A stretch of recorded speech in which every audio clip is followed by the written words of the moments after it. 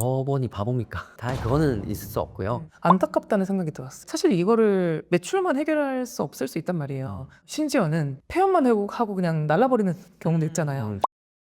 이번에는 또 우리 아까 회생 얘기도 이제 실컷 했으니까 이제 좀 무겁지만 회사를 어쩔 수 없이 이제 끝내야 되는 경우에 대해서도 조금 얘기를 좀 해보려고 하는데, 법인 파산이라고 하면 또 이제 되게 극단적으로 생각을 하실 것 같아요. 특히 대표님들은 맞이하고 싶지 않은 결론이실 것 같은데 그럼에도 불구하고 이제 어쩔 수 없이 법인 파산을 해야 되는 경우들이 있잖아요. 그래서 어떻게 보면은 그분들을 위해서 법인 파산이 어떤 점이 좀 좋다, 좀 이렇게 너무 그렇게 걱정 안 해도 된다라고 좀 마음을 좀 놓일 수 있는 몇 가지 의견만 좀 제시해 주시면 좋을 것 같거든요. 일단 저는 방금 했던 게 제가 갖고 있는 인식과 완전히 다른 일반적인 인식을 말씀 주셨거든요. 이제 좀 좀 무겁게 무겁지만? 법인 파산 얘기를 하자고 하시잖아요. 이 일을 하는 저 입장에서는 제일 가볍고 홀가분한 게 법인 파산이에요. 완전 시각이 반대는. 특히 비용도 많이 낮아졌어요. 작년에 서울예대법원에서 예납금 깎았던 맞아요. 이후로는 그냥 예납금 실비까지 다 해서 1,000만 원 정도면 모든 굴레에서 탈출하고 새 시작을 할 수 있어요. 너무 이제 홀가분한, 그리고 가볍고 빠른 절차예요. 절차를 밟을 때 회생 같은 경우는 길게는 1년 이상 계속 시달린단 말이에요. 법정관리 절차에서. 근데 법인 파산은 준비 기간까지 다 해도 2달이면 다 던지고 잊을 수 있어요. 법인 파산 절차는 계속하지만 법인 대표자, 관계자들이 관여하는 때는 신청하고 한두 달이면 기초조서가 끝나죠. 맞아. 그 위에는 법원에서 알아서 하거든요. 정리를 해줘요. 그래서 훨씬 홀가분하고 가볍다. 진짜 빚 잔치라는 말 맞는 게 아닌가. 선고까지도 더 빨라졌잖아요. 옛날보다. 선고도 뭐 신청하고 나서 2달 안 걸려요. 저희가 하면 한 달 내로 다. 성경이 하는? 신청서 잘 써야죠. 신청서에 브레이크가 안 걸려야죠. 그러니까 이게 선고 전에 보정이 나오는 경우 많아요. 죽도법도 안 되게 쓰는, 혹은 뭐 법원이 원하는 그런 부분을 못 맞추고 이건 미흡하니까. 약간 회생이랑 다르네. 달라요. 이거는 회생은 하면서 만들어가는. 일단 맞아. 급하게 이제 막아놔야죠. 주심이나 이런 것들을 막아놓고 이제 해야 되니까. 아니 완벽하게 넣어도 보정 나오잖아요. 회생은. 그렇기도 한데 저희 보정 잘 안 나오는데. 진짜요? 개인인생 보정 잘 안 한다. 어떨 땐 전략적으로 그 보정을 활용해야 될 수도 있고. 그쵸. 그런데 법인 파산은 굳이 그럴 필요가 없어요. 그냥 당장 숨이 넘어간다 이런 상황도 아니고, 그냥 법인 파산을 잘 준비해서 뭐 한 열흘 정도 혹은 2주 정도 좀 더 단디 준비해서 넣으면 이후에 절차도 쉬워요. 신문 가서 별 질문도 안 받게 이제 시나리오 만들어서 하면 돼요. 그러면 결국에는 이런 인식 차이가 있는 이유는 우리가 개인도 파산이라고 하면 엄청 무섭게 생각하잖아요. 그리고 진짜 무슨 인생이 거의 뭐 끝나는 것처럼 생각을 하고, 내가 파산 이후에도 굉장히 오랜 기간 되게 많은 제약을 받는다고 오해를 하시잖아요. 맞아요. 근데 법인은 파산을 해도 사업자 낼 수 있잖아요. 그죠? 그리고 당장 다른 일 하시면서 급여 받으셔도 되고, 대표자가. 이런 거를 정확히 말씀해 줄 수 있어야 돼요. 궁금한 게 제가 법인이 10개예요. 10개인데 하나가 어려워서 파산을 하면 9개가 건실해도 상관없어요. 당연히 상관없죠. 근데 이럴 수 있잖아요. 그 회사들이 서로 엮여 있는 경우들이 있잖아요. 그런 건 또 그런 상황에 맞게 정리를 해야죠. 근데 일반적으로는 개별적으로 이제 내가 예를 들면 100억을 갖고 있어도 법인 하나를 파산하는 거는 가능하다. 그렇게 많이 해요. 진짜 기업 집단에서 이 회사만 정리하겠습니다. 혹은 여기 하고 6개월 후에 혹은 1년 후에 요거 이렇게 하겠습니다 라고 하죠, 전문가들은. 근데 이제 혹시나 오해하실까봐 그 법인 파산을 하는 건 어쨌든 법인의 그 인격을 죽여버리는 거니까. 그러면은 여기 있는 거 자산만 쏙 빼가지고 여기 넘겨놓고 하는 이런 건 안 되는 거죠. 법원이 바보입니까? 다 그거는 있을 수 없고요. 그런 거는 이제 법인 파산을 준비하시는 분이 상담을 해보면 먼저 말씀하시고, 그러면 그거에 대해서 된다 안 된다 혹은 소명을 할 수 있는 부분을 만들어 놓는다는 게 이제 어감이 안 좋긴 한데, 그게 아니라 어쨌거나 이제 가능한 테두리 안에서 준비를 하면 이렇게 문제 없게 이제 진행할 수 있는 방법을 찾으면 되죠. 저 궁금한 게 있어요. 회사에는 미련이 없어요. 근데 그 회사에 주관적으로 되게 중요한 자산이 있을 수 있잖아요. 예를 들면 소프트웨어라든지, 그러니까 시장에서는 가치가 별로 없는데 나한테는 이게 하나의 씨앗이 될 수 있다거나 뭐 그런 자산들이 있을 수 있잖아요. 방법이 있죠. 그런 건 어떻게 처리가 돼요? 이건 유튜브에서 얘기할 수는 없고요. 일단 얘기해 보세요. 되게 좋은 방법이네요. 대부분은 이제 건질 수 있다는 거죠. 그러니까 뭐 궁금하시면은 변호사님한테 연락을 뭐 하겠죠. 아무튼 공개하기는 어려운 정보들도 있으니까. 파산이 되게 재밌고 이제 독특한 게 회색지대가 많아요. 이게 법적으로는 뭘 금지해 놓고 이런 건 명확하게 있지만, 또 뭐 기업의 활동이나 뭐 이런 사회 현상이 뭐 거기에 딱 맞는 경우가 아닌 경우가 더 많잖아요. 그러면은 이게 어느 정도까지 문제가 되고 어느 정도까지는 괜찮은지, 이런 것들이 이제 애매한 해석 분야가 되게 많아요. 이거를 어느 정도로 핸들링 할 수 있고 예상을 할 수 있냐, 대처를 할 수 있냐가 대리인의 역량에 거의 저 지금 약간 들으면서 전 되게 재밌었거든요. 그게 어떤 의미냐면은 엄청 이렇게 이제 회사가 잘 안 좋아져가지고 고민하시는 분들이 엄청 많을 텐데 그분들은 아마 이렇게 좋은 게 있다는 걸 모르실 것 같고 그 옛날에 우리 CF 있었잖아요. 대표가 나와가지고 이거 참 좋은데 뭐 어떻게 할 수가 없네 하는 것처럼 뭔가 대표로서 변호사로서 말고요. 대표로서 내가 어쨌든 이 법인을 우리는 장밋빛만 생각을 하고 창업을 하잖아요. 근데 결국에는 어떻게 보면 일종의 내가 이런 제도를 적절하게 활용을 할 수 있다는 걸 알고 있는 거와 모르고 있는 거는 사업에 있어서 엄청 차이가 있을 것 같거든요. 진짜 좋은 말씀 하신 거예요. 그래서 한때 창업광이 막 창붐이 일었잖아요. 정책자금도 막 쏘고 그때부터 제가 주변에 얘기하고 다니고 생각했던 거는 저런 창업광이 프로그램에 도산을 무조건 끼워넣어야 될 것 같아요. 넣어야 돼요. 그래서 이분이 그때 도산 제도를 100% 이해할 수도 없고 할 필요도 없지만 그 제도가 있다는 걸 저 기억 속 서랍 어딘가에 넣어놓고 있을 필요는 있어요. 그래야 위기가 왔을 때 이거를 그때라도 플랜으로 가동할 공부할 게 많은데 이것까지 공부해야 돼. 그러니까 알고만 있으면 돼요. 맞아요. 알고만 있고. 그래서 이제 얘기가 나온 게 말씀드리자면 그럼 언제 찾아가면 좋으냐? 제가 봤을 때 기준 하나 세운 거는 2분기 동안 원리금으로 인한 압박을 계속 받고 이게 해결되지 않는다. 개선되지 않는다고 하면 그때 파산하시라는 얘기가 아닙니다. 그때 전문가를 찾아가서 진단을 받아봐야 된다. 그때 안 받잖아 또. 그치.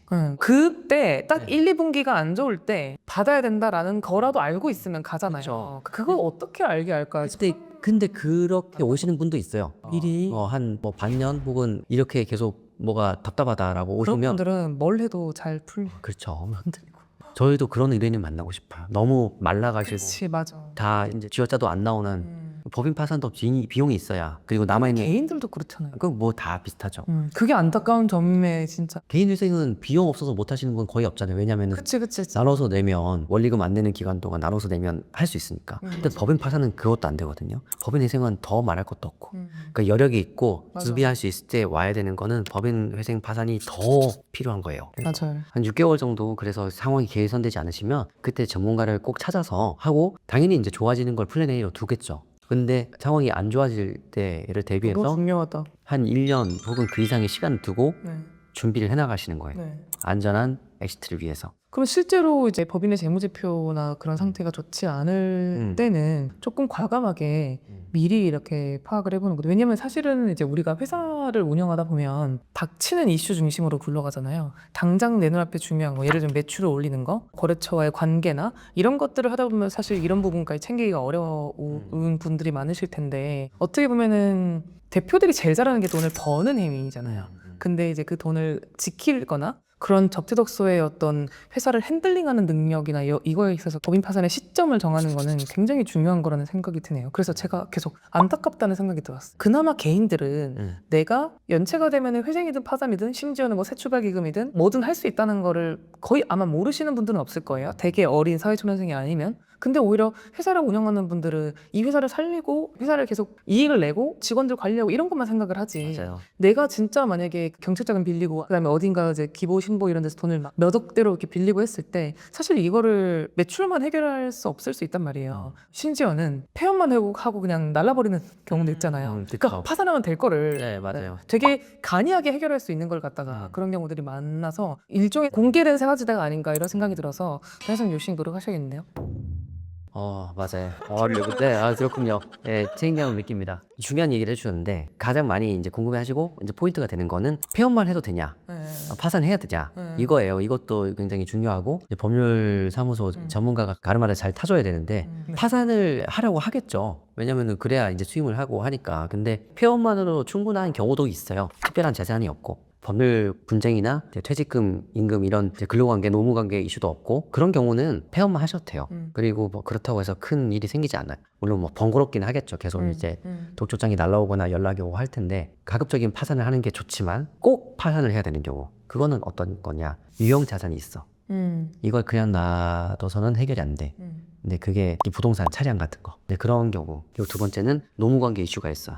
퇴직금, 임금 체불이 있어 혹은 생길 것 같아 이런 경우 그리고 소송이 계류돼 있는데 이게 단기간에 끝나지 않아요 이런 경우 그리고 최근에 부각된 이슈로 책임 경영이익 정책 자금을 지원받으면서 예전엔 연대보증을 시켰지만 이제 대표자 연대보증을 금지하면서 대체제로 책임 경영 이행 약정을 하잖아요. 근데 정책 자금이 계속 손실이 나니까 요새 책임 경영 이행 약정 위반을 이슈로 문제를 많이 삼거든요. 맞아요. 이런 경우에 법인 파산하면 합법적으로 합리적으로 위반 소지에서 해소될 수 있어요. 근데 저도 이게 되게 문제가 많다고 생각한 게 어쨌든 책임 경영 이행 약정으로 바꾼 거는 대표의 책임을 경감해 주겠다는 건데 이 사람이 실제로 그런 횡령배임에 어떤 문제가 있는지를 어떻게 자료로 찾았어요? 그런 상태에서는 나한테 문제가 돼도 대표가 할 말이 없죠. 근데 그게 아니라 근거가 없어도 일단은 소호 제기를 해서 털고 나서야 그게 끝나는 그런 뭔가 시스템이 되어 있는 것 같아서 되게 소송 남용이다라고 생각을 했거든요. 그런 측면도 있어요. 근데 또 한편으로 생각해보면 일단 그 돈은 적재자금, 세금이고 두 번째는 소송을 제기해야 사실 이 위법 행위가 아닌지 긴지를 알 수 있고 판명가 될 수 있잖아요. 그러니까 법원의 판단이 필요한 거예요. 빌려주는 쪽에서도. 파산을 하면 법원의 조사가 선행되잖아요. 그래서 법인 파산을 통해서 이게 문제가 없다는 이제 그 파산 폐지가 나면 그 절차를 하면 이게 어쨌든 그 필터링을 한 거잖아요. 그럼 결국 이 말은 대표가 어쨌든 책임 경영 이익 약정상 위반되는 문제가 없는 전제로 법인 파산을 했을 때 쉽게 면책이 된다 이 말인 거네요. 그리고 약간 제가 이제 법인 파산에서 회색지대 얘기를 하잖아요. 그러니까 이게 딱 떨어지는 법률 문제는 사실 없어요. 애매한 경우에 이거를 이제 법적 리스크를 안고 계속 고민하면서 하느니 법인 파산은 1,000만 원 혹은 2,000만 원 정도 돈 쓰시고 깔끔하게 잊고 새 출발 다른 일 하시는 게 훨씬 낫다는. 법인 파산을 해서 문제없이 법인이 정리됐는데 거기다가 뭘 어떻게 할 거예요. 파산 선고 그리고 폐지 결정 났다는 건 사실은 내면 끝이에요. 거기서 정말 이제 명백한 잘못이나 누락된 게 있다고 하면 모르지만 그런 법인 파산 절차가 그렇게 얼기설기 가지도 않고. 그러면은 더 나아가서 어쨌든 법인 파산을 할 때 법인의 통장 내역이나 거래 내역에 문제가 없는지를 최소한의 검토를 하니까 그 과정에서 이제 그런 정책 자금들이 좀 이상하게 사용되지 않았다는 것들이 필터링이 될 수 있다. 맞아. 그런 내용인 거죠.